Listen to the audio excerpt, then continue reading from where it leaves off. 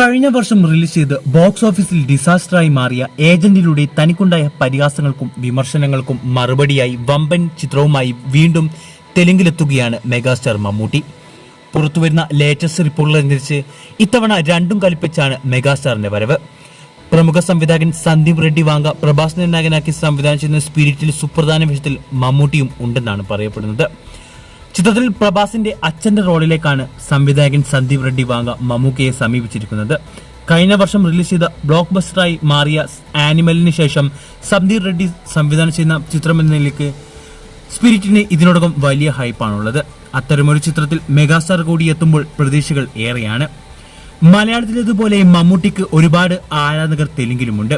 അതുകൊണ്ട് തന്നെ ഈ വാർത്ത മലയാളികളെ പോലെ തെലുങ്കരും ആവേശത്തോടെയാണ് ഏറ്റെടുത്തിരിക്കുകയാണ്.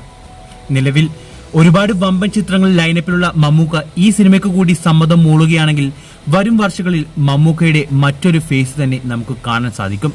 നിലവിൽ മമ്മൂക്ക യെസ് പറഞ്ഞിട്ടുണ്ടെങ്കിലും വൈകാതെ തന്നെ താരം പറയുമെന്ന് പ്രതീക്ഷിക്കാം. മറ്റു സംവിധായകരിൽ നിന്നും വ്യത്യസ്തമായി നായകനോളം പ്രാധാന്യമുള്ള വേഷം തന്നെയാണ് നായകന്റെ അച്ഛനും സന്ദീപ് റെഡ്ഡിയുടെ ചിത്രങ്ങളിൽ ഉണ്ടാവാറുള്ളത്. അതുകൊണ്ട് തന്നെ മമ്മൂട്ടി ആരാധകർക്ക് ആഘോഷിക്കാനുള്ളത് സ്പിരിറ്റിൽ ഉണ്ടാകുമെന്നും ഉറപ്പാണ്. കാത്തിരിക്കാം ഇതുമായി ബന്ധപ്പെട്ട ഒഫീഷ്യൽ അപ്ഡേറ്റിനായി.